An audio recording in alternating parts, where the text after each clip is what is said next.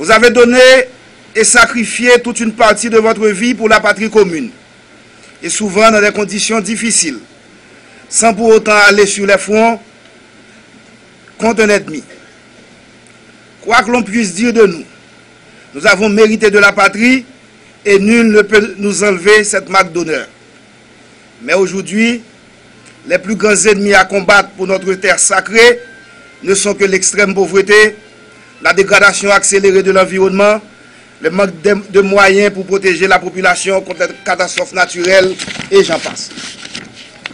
Empruntons ensemble la nouvelle voie de l'histoire. La remobilisation annoncée par le président de la République aura lieu. Elle aura lieu dans le strict respect de la Constitution et des lois de la République. Elle aura lieu dans l'ordre et dans la discipline. C'est un pas de plus dans cette direction que nous sommes en train de franchir ce matin par l'installation de cette nouvelle commission chargée de la gestion du bureau des militaires démobilisés. Mesdames, Messieurs, le dossier des militaires démobilisés paraît un dossier vieux puisqu'il ne date pas de l'arrivée de ce gouvernement. C'est plutôt un héritage assez lourd et complexe que le président Joseph Michel Martelly et le premier ministre Laurent Lamotte tiennent à cœur et ont pris toutes les dispositions en vue d'une évacuation rapide et heureuse à la satisfaction de tous. Veuillez dès maintenant, Madame, Messieurs les commissionnaires, commencer avec le processus de dédommagement des militaires démobilisés et en même temps faites des recommandations au gouvernement pour la mise à la retraite de tous ceux, militaires, employés civils, agents de police rurale qui ont rempli les conditions de mise à la retraite telles que prévues par la Constitution et par la loi. Une joie immense resplendit sur le visage. Et demain, personne ne sait. En effet, j'ai passé 7 ans, 8 mois comme coordonnateur général du bureau de gestion des militaires démobilisés. Que d'années parcourues, que de problèmes et d'embûches trouvés sur notre chemin. Avec l'aide de Dieu et de mes collaborateurs, je les ai surmontés, mais voilà parvenu à la 3e tranche de l'indemnité versée aux militaires démobilisés. Il y a des satisfaits et des insatisfaits, j'en conviens. Mais pas d'abus comme certains le crient.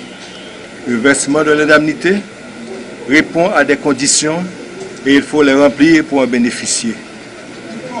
J'en passe.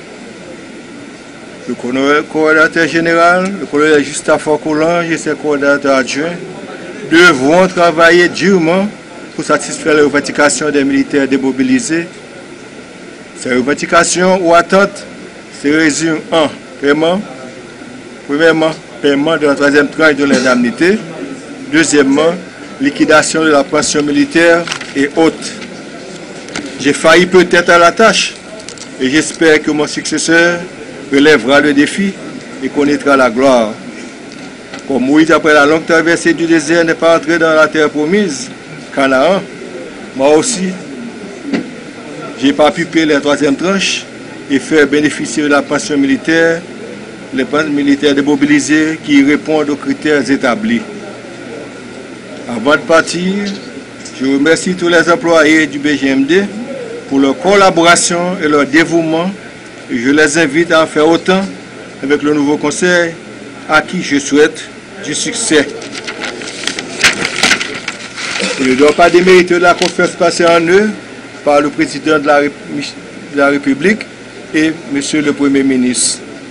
Et déjà, dans notre vieux jargon militaire, je dis au collège Justafor et aux nouveaux membres, point de charge. Je considère comme un devoir d'accepter l'élévation qui est venue me chercher, de pouvoir servir dans ce secteur d'activité auquel j'appartiens, mon pays, le pouvoir politique en place et les militaires haïtiens démobilisés. Ainsi donc, ma vision fondamentale s'inscrit dans la recherche de l'équilibre des rapports entre le gouvernement et les militaires démobilisés. Dans le premier cas, en faisant montre d'une compréhension raisonnable, raisonnée des vues générales du pouvoir politique sur la question militaire. Et dans le second cas, en offrant à ces derniers l'espérance de la considération, tant soit peu que méritent leurs revendications justes, légales et légitimes.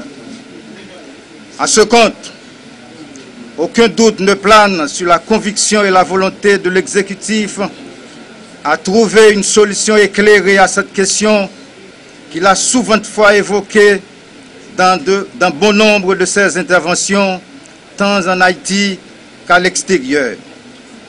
D'ailleurs, il convient d'en s'en rendre compte par l'acte d'inconstitutionnalisation d'un ministère de la Défense nationale et le fait de suivre le sillage de l'existence du bureau de gestion des militaires démobilisés auquel il vient juste d'apporter une réforme pour qu'il puisse continuer de fournir ses services aux concernés.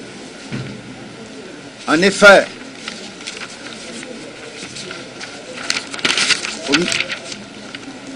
à vous, militaires démobilisés, je vous adresse mes félicitations d'avoir gardé votre discipline de soldat du devoir envers l'État et le gouvernement qui ont accordé tant d'attention à votre cause.